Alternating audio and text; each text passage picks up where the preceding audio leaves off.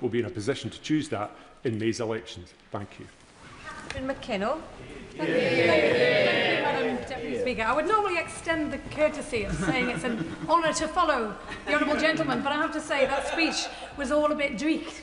And I've reflected hard on this budget, as it's the first since I left my role in the government as Minister for School Standards, and as the first Labour Minister for 14 years, focusing relentlessly on more teachers in classrooms, more support for struggling schools, pay rises that teachers deserve, an inclusive school system and curriculum reform to transform the life chances of every child. And believe me, I would have given anything to have found a few million, or indeed a few billion, behind the government sofa if there were the chance to making some of those decisions. And I suspect the Chancellor knows exactly how that feels over the last few weeks. But that is one of the reasons why I've now joined the Public Accounts Committee, scrutinising public spending, drawing on those experiences of making those tough decisions in government about how we spend the public's money. And I've really enjoyed the deep dives we've done, examining how public services are delivered, where schemes fail, making sure lessons are learned, and making sure we spend every pound the best way possible.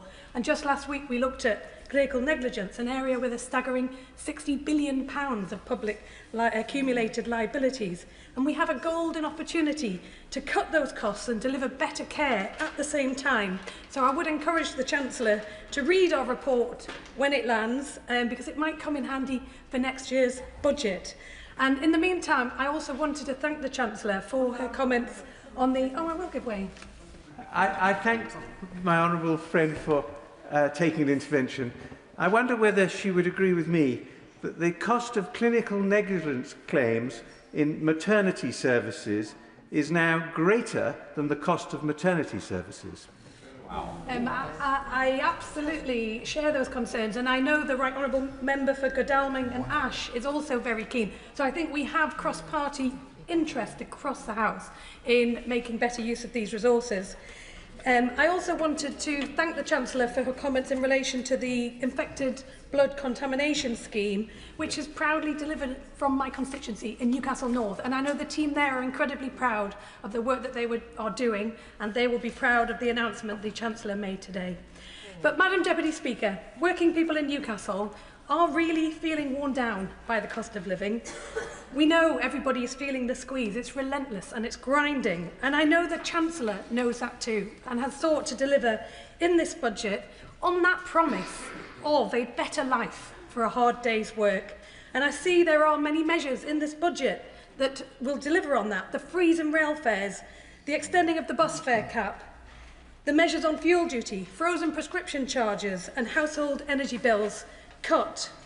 And I also know that the Chancellor cares deeply about children trapped in poverty, and too often in families that are working hard and doing their best. And I saw those stories firsthand on the government's Child Poverty Task Force. The driving force behind the crisis is the two-child limit. In the North East alone, we see tens of thousands of children living in poverty that will be lifted out of that by the announcement today. It is both economically foolish and morally wrong. It's why charities and businesses in the North East have been calling for it to be scrapped, because poverty comes at a price.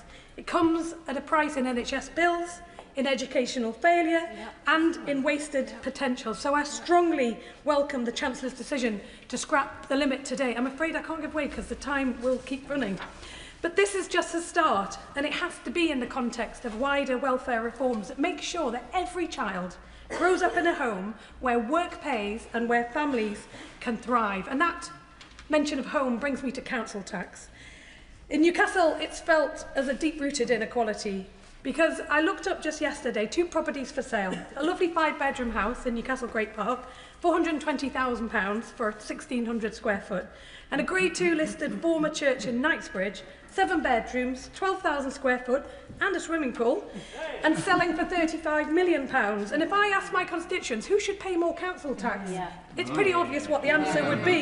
Yet incredibly, my constituents will pay £75 more in council tax than that household in Knightsbridge. So I do welcome the announcement the Chancellor made today, but I would also urge the Exchequer Secretary to go further and review council tax bands, and especially how new properties in all the new estates we have growing around the country are assessed.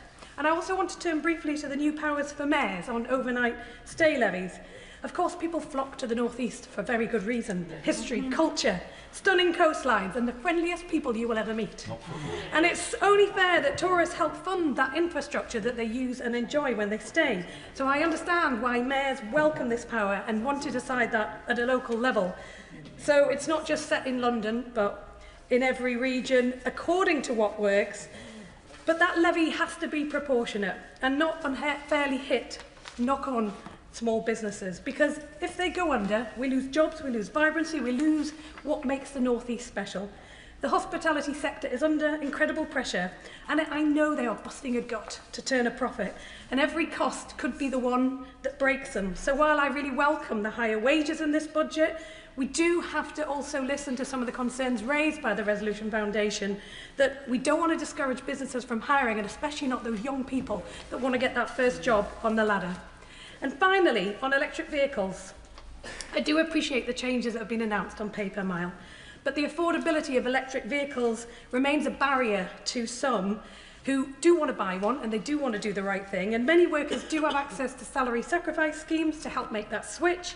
However, teachers in academy schools are still unable to access the scheme, and because it was put on pause by the Treasury. So I wanted to take this opportunity to make a plea whether the Treasury can sort this impasse out once and for all, because it really is a win-win for teachers and for the electric car scheme itself. So to conclude, Madam Deputy Speaker, the goal is clear: a country where hard work pays, where the cost of living is brought back under control, where public services thrive and child poverty is history. Every pound of public money matters, because we know that has the potential to transform lives, and that's what people rightly expect of this government, and I know that is the future that the Chancellor is working to deliver, and why she has announced this budget today. Swain. Deputy Speaker, I congratulate